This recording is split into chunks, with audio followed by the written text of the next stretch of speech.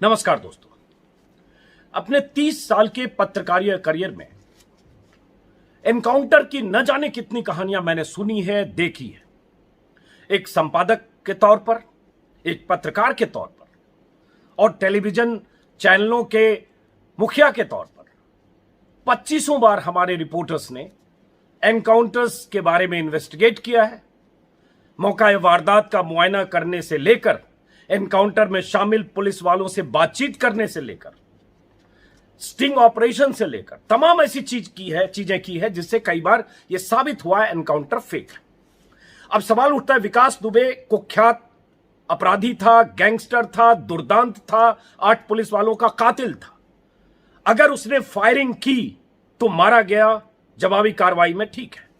लेकिन अगर यह एनकाउंटर फेक है, अगर यह एनकाउंटर मैनेज्ड है, तो भारतीय संविधान, भारतीय कानून, भारत की न्याय व्यवस्था उसके खिलाफ है, पहली बात। और दूसरी बात कि उसका जिंदा रहना, न्यायिक प्रक्रिया से गुजरना और उसके बाद जांच और इन्वेस्टिगेशन, उससे बहुत सारी चीजों की जानकारी मिलती जो विकास दुबे के साथ ही दफन। तो इसलिए सवाल यह है कि क्या इस एनकाउंटर में कुछ फर्जीवाड़ा है, क्या इस एनकाउंटर में कुछ झोल है। 2 वीडियो मैं पहले बना चुका हूं, तीसरा वीडियो है। अगले 10 से 12 मिनट तक धैर्य से आप सुनिए। आईजी कानपुर रेंज के बयान, एसएसपी कानपुर के बयान, उस हॉस्पिटल के डॉक्टर का बयान जहां घायल पुलिस वाले भर्ती हुए, एसटीएफ की प्रेस रिलीज और इंदौर के एक एएसपी का बयान और कुछ रिपोर्टर्स ने जो कुछ देखा, इन सब के हवाले से आपको कुछ चीजें मैं सिलसिलेवार ढंग से बताने वाला हूं, क्रोनोलॉजी के पॉइंट ऑफ व्यू से। और उसके बाद आप देख लीजिए कि क्या ये इनकाउंटर सही है, क्या उसे मारा नहीं गया, क्या इस इनकाउंटर में कुछ पेच और झोल नहीं है। मेरा मकसद सिर्फ इतना है। बीजेपी के बहुत सारे नेता लगातार ये कहने लगे कि इस इनकाउंटर पर जो लोग सवाल उठा रहे हैं, वो देश पर सवाल उठा रहे हैं, वो पुलिस वालों की शहादत पर सवाल उठा रहे हैं, वो उत्तर प्रदेश की पुलिस का अपमान कर रही है। ये सब कोई बात नहीं है। उत्तर प्रदेश की पुलिस का अपमान तो उस पुलिस वाले की मिली भगत से भी हुआ, और जो एसएसपी वहां पोस्टेड थे, जिनको चिट्ठी लिखी डीएसपी ने, और उसके बाद वो एसएसपी अभी सिर्फ कहीं किसी जगह सजा के तौर पर उनकी पोस्टिंग कर दी गई, जो डीआईजी बन गए थे। अपमान तो उन लोगों ने किया, अपमान उस 68 पुलिस वालों ने किया जो उसी थाने में पोस्टेड थे जहां विकास दुबे था, उनकी मिली भगत थी। अपमान उन तमाम लोगों ने किया पुलिस वालों में जो आज तक विकास दुबे को प्रश्रय देते रहे। अपमान वो नहीं कर रहा है जो सवाल उठा रहा है, क्योंकि इस सवाल के साथ 1000 सवाल जिंदा होते हैं। अगर वो जिंदा होता तो क्या हुआ, और अगर मुर्दा है, मारा गया, तो क्या चीज नहीं पता चलेगी। लेकिन चलिए अगले कुछ मिनट तक धैर्य से, जैसा कि मैंने आपको कहा, सबसे पहले सिलसिलेवार, क्योंकि अभी जो ताजा मामला है शुरू वहीं से करते हैं। एसटीएफ का बयान आया है। एसटीएफ के इस बयान में कहा गया है कि जब कानपुर के पास पहुंची ये टीम, जो टीम ले जा रही थी विकास दुबे को, सिलसिलेवार सुनिएगा, इसी में पेच है, इसी से पता चल रहा है गड़बड़ झाला कहां है। हर चीज, एक एक चीज मैं आपके सामने रख दे रहा हूं। तो लंबी यात्रा से थके हुए चालक द्वारा इन जानवरों के, माफ करें, कानपुर के पास पहुंचे थे कि अचानक गाय भैंसों का झुंड भागता हुआ मार्ग पर आ गया। लंबी यात्रा से थके हुए चालक द्वारा इन जानवरों से दुर्घटना को बचाने के लिए अपने वाहन को अचानक से मोड़ने पर वाहन अनियंत्रित होकर पलट गया। अचानक हुई इस घटना से इस वाहन में बैठे हुए पुलिस अधिकारियों, कर्मियों, जिसमें 5 लोग थे, कई जगह 4 आ रहा है लेकिन इसमें नाम 5 है। सुबह से कई पुलिस अफसर भी 4 लोग कह रहे थे, 5 नाम है। सुन लीजिए, हर नाम, हर चीज को गौर से सुनिए, मैं सिर्फ फैक्ट आपके सामने रख रहा हूं। Inspector Ramakant Pachauri, sub inspector Pankaj Singh, sub inspector Anoop Singh, आरक्षी मतलब सिपाही सत्यवीर और सिपाही प्रदीप को गंभीर चोटें आई और क्षणिक रूप से अर्ध चेतना अवस्था में चले जाने के कारण साथ में बैठा दुस्साहसी दुर्दांत अपराधी विकास दुबे अचानक घटित हुई इस परिस्थिति का लाभ उठाकर घायल निरीक्षक रमाकांत चौधरी की सरकारी पिस्टल को झटके से खींच लिया और दुर्घटनाग्रस्त सरकारी वाहन से निकलकर कच्चे मार्ग की तरफ भागने लगा। पहली बात कि 5 पुलिस वाले उसमें थे, उन्हें पता था कि एक गैंगस्टर साथ में जा रहा है, ऐसा जिसने 8 पुलिस वालों को घेर के मारा, ऐसा जो थाने में घुसकर हत्या कर चुका है, जिसके कांड और जिसके कारनामे और हिमाकत की कहानियां पूरा देश जानता है, उसको 5 पुलिस वाले जो ले जा रहे होंगे एसटीएफ के, चारों तरफ से बैठे होंगे, बीच की सीट पर होगा, यकीनन ऐसे ही ले जाते हैं। कायदे से तो हथकड़ी में या बांध के ले जाना चाहिए अगर इतना दुर्दांत है तो, लेकिन क्या वो खुले में जा रहा था? और 5 पुलिस वाले जो होंगे एसटीएफ के, जो ऐसे एनकाउंटर्स में हिस्सा लेते हैं, वो शारीरिक तौर पर उससे बलिष्ठ होंगे, शारीरिक तौर पर मजबूत होंगे, सिपाही चाहे सब इंस्पेक्टर। और विकास दुबे लंगड़ाता भी था, मोटा भी था, तस्वीरें और वीडियो आपने देखा। 5 मजबूत एसटीएफ के जवान जो ऐसे गैंगस्टर का सामना करने, मुकाबला करने, एनकाउंटर करने के लिए प्रशिक्षित होते हैं, वो उसमें गाड़ी में थे। पांचों गाड़ी जब पलटी है, तस्वीर गाड़ी की भी आप देख रहे हैं, बहुत सारे पेज है, गौर से देखिएगा। गाड़ी जब पलटी है तो पांचों क्षणिक रूप से अर्ध चेतना अवस्था में चले गए। 5 पुलिस वाले एसटीएफ जो एनकाउंटर में हिस्सा लेते रहते होंगे, जो ऐसे गैंगस्टर को पकड़ने गए थे। और अगर एसटीएफ के बहुत सारे लोग गए थे, कई गाड़ियां चल रही थी, तो जो सबसे मजबूत 5 लोग होंगे, भरोसेमंद, वही उस गाड़ी में बैठे होंगे जिसमें विकास था, क्योंकि उस गैंगस्टर को लाना जो 7 दिन से छका रहा था। लेकिन वो 5 अचेत हो गए, 5 मूर्छित हो गए। और उस मूर्छा की अवस्था में सिर्फ विकास दुबे एकदम टनाटन था। और उसके बाद विकास दुबे ने, इसी प्रेस रिलीज को मैं विश्लेषण कर रहा हूं, विकास दुबे ने उनकी पिस्टल, रमाकांत चौधरी की सरकारी पिस्टल को झटके से खींच लिया और दुर्घटनाग्रस्त वाहन से निकलकर कच्चे मार्ग की तरफ भागने लगा। जरा सोचिए, गाड़ी पलटी हुई है, ड्राइवर साइड से गाड़ी पलटी हुई है, दूसरी तरफ से खिड़की है। उसके बाद वो खिड़की से निकल के कैसे भागा? गाड़ी बंद है, जब वहां दिख रही है गाड़ी पूरी तरह से बंद है, चारों तरफ से कोई खरोंच नहीं दिखी, आगे सिर्फ बम्पर उसका टूटा हुआ दिखा। उस पर आगे हम बात करते हैं। लेकिन उसमें से गाड़ी के भीतर जब खींचा तो अब भी मूर्छा नहीं टूटी पांचों की, 5 मूर्छित रहे, उसी मूर्छित अवस्था में गए। मैं इन पुलिस वालों को सलाम करता हूं, इस बात को गौर करिए, मुझे इन पुलिस वालों पर कोई शक संदेह नहीं है, सवाल सिर्फ उस परिस्थिति पर है। लेकिन चलिए, उसके बाद वो निकलकर भागा, बाहर निकलकर गया, खिड़की से कैसे गया होगा, उस निकलने में, पलटी हुई गाड़ी में निकलने में भी किसी को 5-7 मिनट लगेगा। पीछे से एसटीएफ की गाड़ियां बैक टू बैक आ रही होंगी, जो दोपहर के वीडियो में भी मैंने बताया। वो निकल के कच्चे मार्ग की तरफ भागा, जो रास्ता आप देख रहे हैं, कीचड़ से सना हुआ रास्ता, क्योंकि बारिश हुई थी। उस कीचड़ से सने हुए रास्ते में वो गांव की तरफ भागा, खेत की तरफ भागा, सन्नाटे की तरफ भागा। इसी को अगर हम मान लें तो, क्योंकि उसी सन्नाटे में उसको गोली लगी है। पीछे जो एसटीएफ की गाड़ी आ रही थी, कायदे से एसटीएफ की गाड़ी 25, 30, 50 मीटर के दायरे में चल रही होगी, क्योंकि एक कुख्यात गैंगस्टर को उज्जैन से ये लोग ला रहे थे।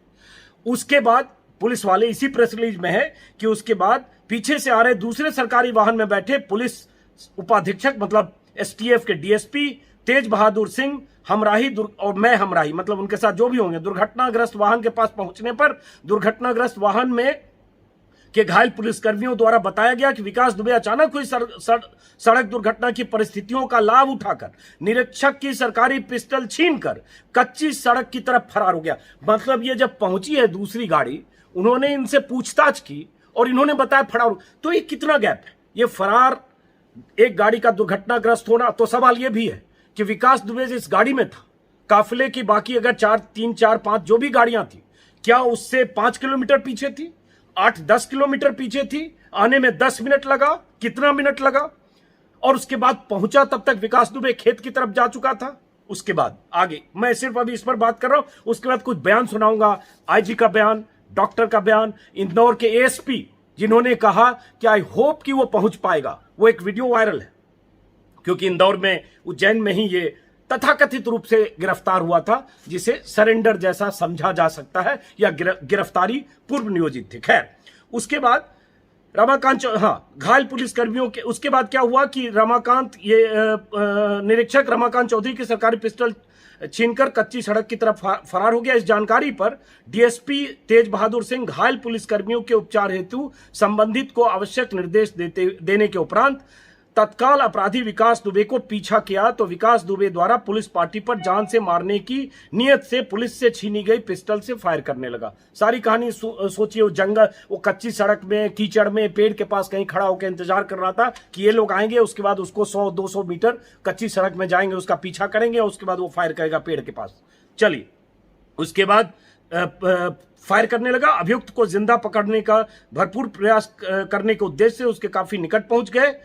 परंतु विकास दुबे अंतिम क्षणों में पुलिस कर्मियों पर ताबड़तोड़ फायरिंग करने लगा। अन्य कोई विकल्प न होने की दशा में पुलिस दल द्वारा आत्मरक्षार्थ एवं कर्तव्य पालन के लिए नियंत्रित फायर किया गया, जिसमें अभियुक्त विकास दुबे पुलिस द्वारा जवाबी कार्यवाही से गोली लगने से घायल हो गया, जिसे तत्काल प्राथमिक उपचार सुनिएगा, 3 गोली लगी उसके सीने में, 3 गोली सीने में।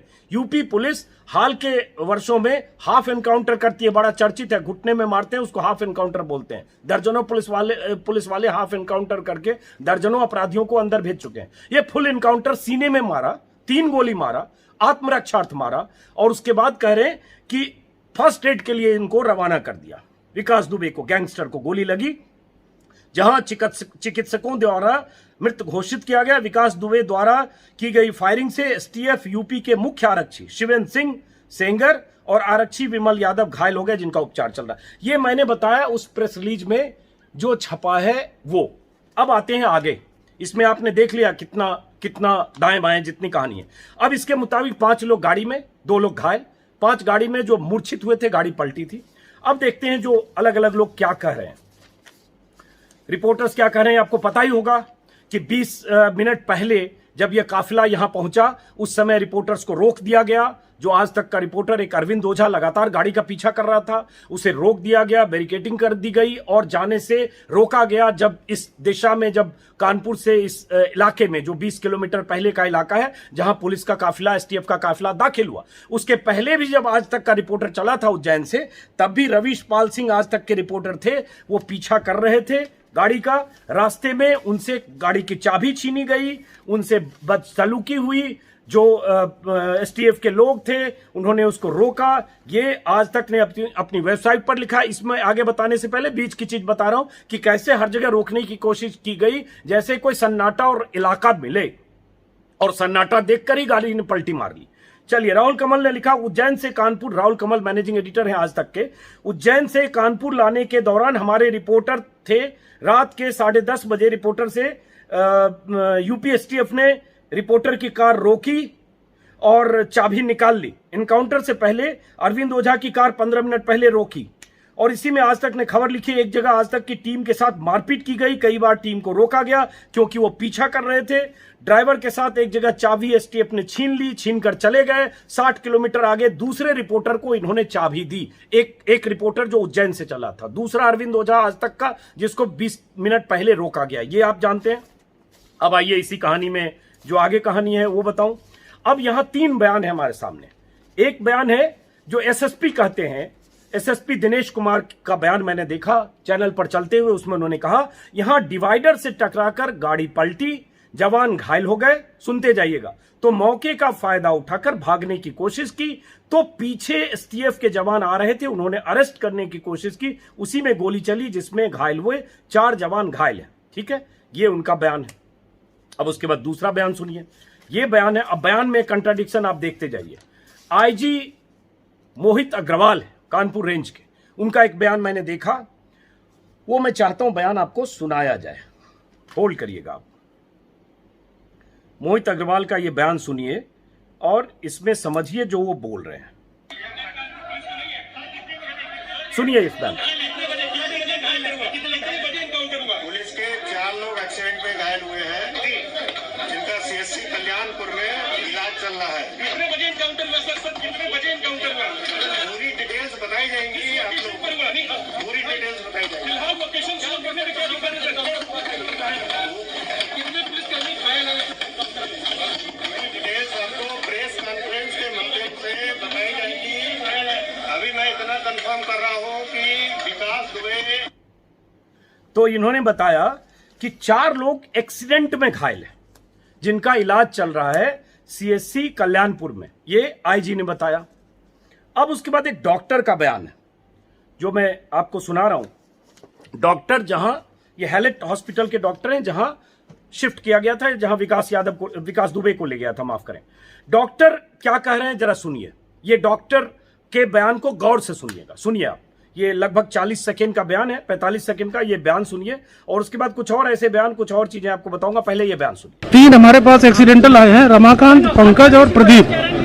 तीनों का 2 का भी हम सीटी करवा रहे हैं। मल्टीपल इंजरी है, लेकिन ऐसा नहीं, खतरे से बाहर है और वाइटल मेंटेन कर रहे हैं। वाइटल उनका बीपी डाउन था।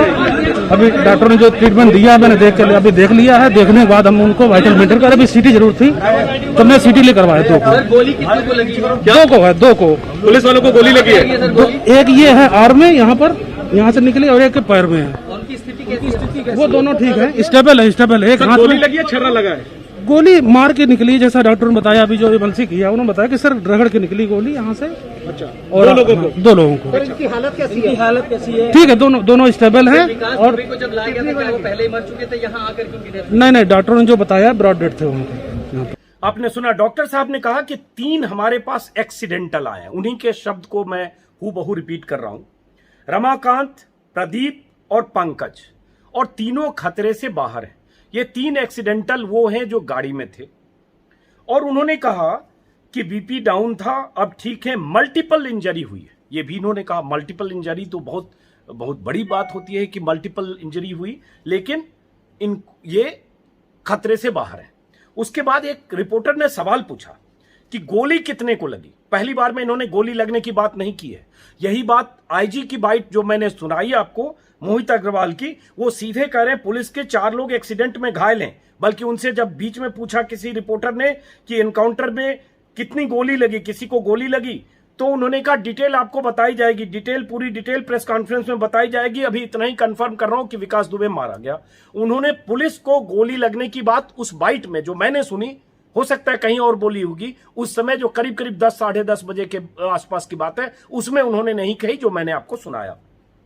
डॉक्टर कह रहे कि ये जो 3 आए एक्सीडेंटल मतलब गाड़ी में थे, वो घायल हैं। और गोली उनसे जब पूछा गया गोली कितने को लगी, इसके बाद किसी रिपोर्टर जो वो स्ट्रिंगर होंगे उन्होंने पूछा, तो इन्होंने कहा, बताया एक यहां पर कुछ ऐसे नीचे दिखा के हाथ की तरफ इशारा कर रहे हैं, और दूसरा कह रहे हैं गोली नीचे लगी, रगड़ कर निकल गई, और दोनों ठीक हैं। गोली मार के निकली, रगड़ कर निकल गई, ये वो डॉक्टर साहब कह रहे हैं।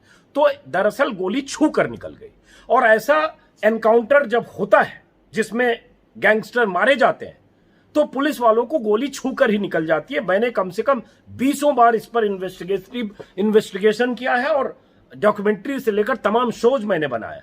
हमेशा पुलिस वाले, अक्सर ऐसा नहीं है कि एनकाउंटर अभी हुआ, कानपुर में 8 पुलिस वालों को घेर कर ट्रैप बिछाकर मारा, लेकिन उसमें पुलिस वालों का ही रोल था, जो उसके लिए कुख्यात अपराधी के लिए मुखबिर और जासूस थे। उसके चंपू थे, उसके जो भी थे, कहे प्यादे थे, जो भी थे।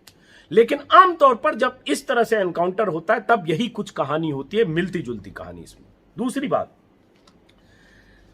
प्रेस रिलीज में कहा गया, आखिर में 2 पुलिस वालों को गोली लगने की बात प्रेस रिलीज में कही है। यह पहले के बयान में मुझे, मोहित अग्रवाल के बयान में नहीं दिखा मुझे। अब बात आती है कि आत्मरक्षार्थ गोली लगी तो छाती में क्यों लगी। गाड़ी में 5 लोग थे, रमाकांत, पंकज, अनूप सिंह, सिपाही, सत्यवीर और प्रदीप। 5 लोग उस गाड़ी में, पांचों, जो पहले कह चुका, 5 मूर्छित हो गए। तो यह भी एक बात है कि क्या यह सवाल है उत्तर प्रदेश पुलिस पर, यह एसटीएफ पर सवाल है, ये योगी आदित्यनाथ की पुलिस पर सवाल है कि जिस गैंगस्टर को पकड़ने के लिए आप 7 दिन से लगे थे, जो 8 पुलिस वालों का कातिल है, उस पुलिस वालों को, उस गैंगस्टर को पकड़ने जो टीम गई, नाकाम रही। लेकिन जब उज्जैन से तोहफे के तौर पर मिलता है विकास दुबे, तो लाते हुए 5 पुलिस वाले जो आपके सर्वश्रेष्ठ होंगे एसटीएफ के, वही उस गाड़ी में होंगे। 5 मूर्छित हो गए। और उनकी पिस्टल छीनकर जब भाग रहा था, क्या पिस्टल ऐसे ही रखा था? क्या पिस्टल आमतौर पर क्या होता है, वो रस्सी से बंधी होती, हो सकता है कहीं कि खोस कर रखा था। तो क्या इन 5 पुलिस वालों को अंदेशा नहीं था कि ये पिस्टल छीन सकता है? क्या इस तरह से इन्होंने तैयारी नहीं की थी अगर गैंगस्टर को ले जा रहे हैं? ये जरा सोचिए ठंडे दिमाग से। अब डीएसपी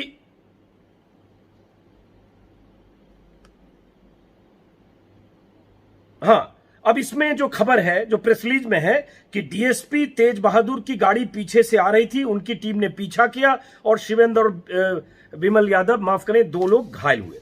अब एक बात जो इसमें है, कुछ सवाल जो अब जरूरी है कि उसको खुले में क्यों ले जाया जा रहा था, इस कुख्यात अपराधी को हथकड़ी क्यों नहीं पहनाई गई, एक ये भी कहा जा रहा है कि उज्जैन में जो कानूनी प्रक्रिया होनी चाहिए थी, उसकी गिरफ्तारी दिखनी चाहिए थी, वहां जुडिशियल ऑफिसर के सामने उसकी पेशी होती, वो सब कुछ नहीं हुआ। कोई जो उस तरह से लीगल फॉर्मेलिटी होनी चाहिए वो फॉर्मेलिटी वहां पूरी नहीं की गई, ताकि यहां फिर इनको कोर्ट में पेश करना पड़ता जुडिशियल ऑफिसर के सामने। वहां सौंप दिया गया, वहां की पुलिस ने यहां की पुलिस को सौंप दिया। और उसके बाद जो मैं आपको बता रहा था कि एक वीडियो वायरल है, जिस वीडियो में जो एक अधिकारी हैं वहां के इंदौर के, वो अधिकारी उस वीडियो में कह रहे हैं कि आई होप कि वो बच जाएगा, मतलब पहुंच जाएगा टाइप का कुछ है, मैं बताता हूं अभी।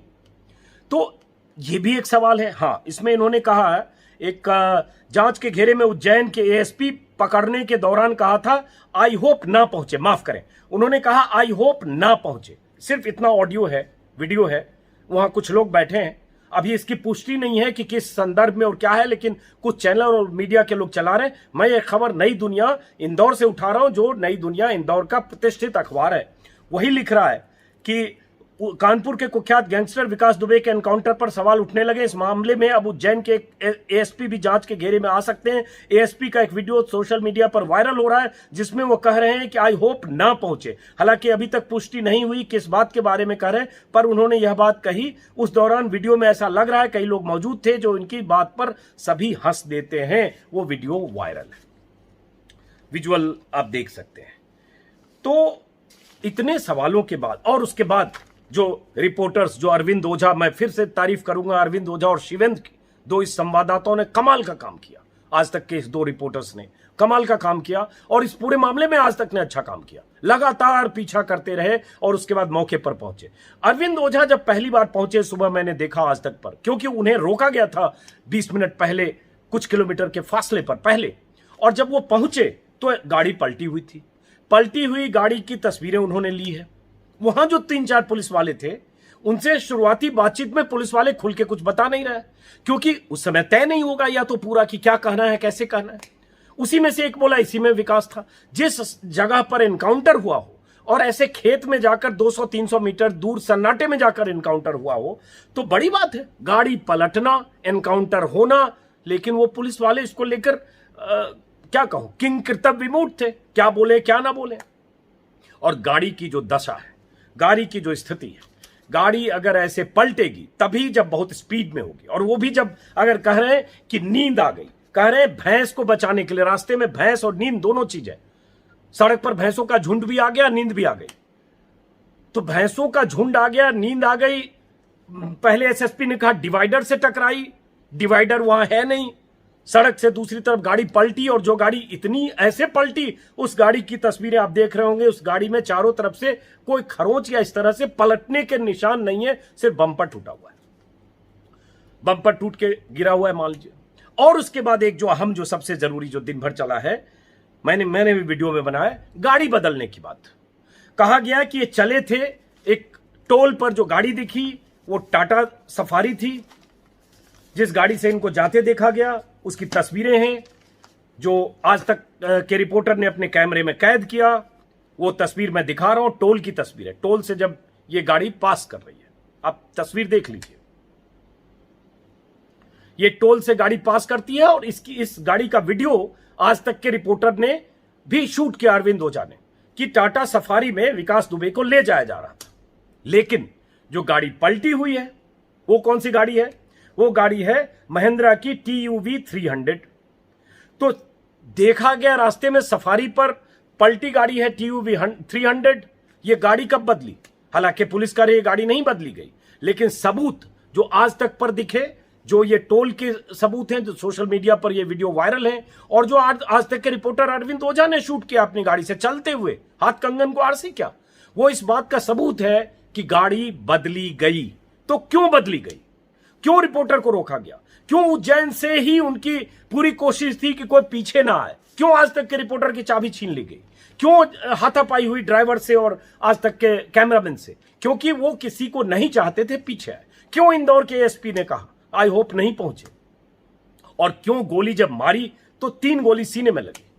क्यों 5 पुलिस वाले मूर्छित हो गए? क्यों डॉक्टर कह रहे हैं, पहले तो डॉक्टर कह रहे हैं कि 3 हमारे पास एक्सीडेंटल आए, पूछने पर फिर 2 कह रहे हैं गोली लगी है। पहले एएसपी माफ करें आईजी जो बोल रहे हैं अगर गोली लगी होती उस समय लगी होती या तो वो उस समय तक ब्रीफ नहीं था कि क्या बोलना है। आईजी पहली बार क्यों सिर्फ पुलिस के 4 लोग एक्सीडेंट में घायल हुए बोल रहे हैं। एक्सीडेंट में घायल हुए से ज्यादा इंपॉर्टेंट ये है कि 2 को गोली लगी, वो पहले बयान में नहीं है, बाद में दिया होगा। मैं फिर कह रहा हूं, मैं उतना ही बयान की बात करूं जितना मैंने सुना। और जब उनसे पूछा गया कि क्या गोली लगी है, गोली में से कितने लोग घायल हुए, उन्होंने सिर्फ इतना कहा पीसी में बताई जाएगी, और पीसी में जो बताई गई वो पढ़ा हुआ बयान पढ़ा गया और जो प्रेस रिलीज है आपके सामने।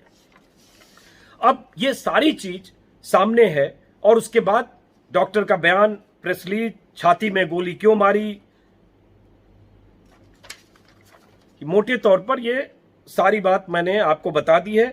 गाड़ी पलटने से 4 पुलिस वाले घायल हो गए, विकास को कुछ कैसे नहीं हुआ, सारी गाड़ियां जा रही थी वही कैसे पलट गई, बीच सड़क पर कैसे पलटी, और पलटी तो गाड़ी में कुछ क्यों नहीं है। ये बहुत सारे सवाल हैं, ये रिपीटेटिव होगा क्योंकि मैं ये बहुत बार बता चुका हूं। तो और इस सवाल के साथ कि अगर वो जिंदा होता तो उससे कुछ जानकारी मिलती, और ऐसे भी बार बार दोनों वीडियो में मैंने कहा अगर उसने फायरिंग की और पुलिस वालों की जान पर खतरा था तो सही था, और अगर ये नहीं है जो देखकर नहीं लग रहा, पूरे वीडियो को देखकर आप भी शायद यही मानेंगे, तो उसको यूं मारना एक सबूत को खत्म करना है, राज को खत्म करना है, उससे इन्वेस्टिगेशन से जितनी जानकारियां मिलती है सारी गुंजाइश को खत्म करना। और सबसे बड़ी बात, कायदा कानून भी कोई चीज होती है, कानून न्यायिक व्यवस्था भी कोई चीज होती है। ट्रायल होना चाहिए, बयान होना चाहिए, मजिस्ट्रेट के सामने क्या बयान होगा, और एक प्रोसेस होता है। वो कसाब के केस में भी हुआ, वो दुर्दांत आतंकवादियों के केस में भी होता है। अगर उस न्यायिक व्यवस्था को शूट एट साइट जैसी चीज होने लगे और पुलिस इस तरह से हैदराबाद से लेकर यहां एनकाउंटर करने लगे, तब तो आज ये गैंगस्टर था इसलिए हम आप खुश हो सकते हैं, लेकिन फिर ये पुलिस ऐसे कहीं भी एनकाउंटर हो सकता है। सवाल यही है कि अगर ये एनकाउंटर असली नहीं है, जो शक के घेरे में है, तो उसे मारने की जरूरत क्यों थी? क्यों पुलिस ने एनकाउंटर का ताना बाना बुना? ये वीडियो सिर्फ इसी सवाल के साथ खत्म करता हूं। अगर आपने मेरा ये YouTube चैनल सब्सक्राइब नहीं किया है तो सब्सक्राइब करें, अच्छा लगेगा, ताकि मेरी बात ज्यादा से ज्यादा लोगों तक पहुंचे। और जैसा कि मैंने वादा किया, हर रोज सुबह 10 बजे अखबारों के साथ क्या छपा क्या छिपा हर रोज आपसे मिलूंगा। 5 दिन से मिल रहा हूं, कल भी मुलाकात होगी। नमस्कार।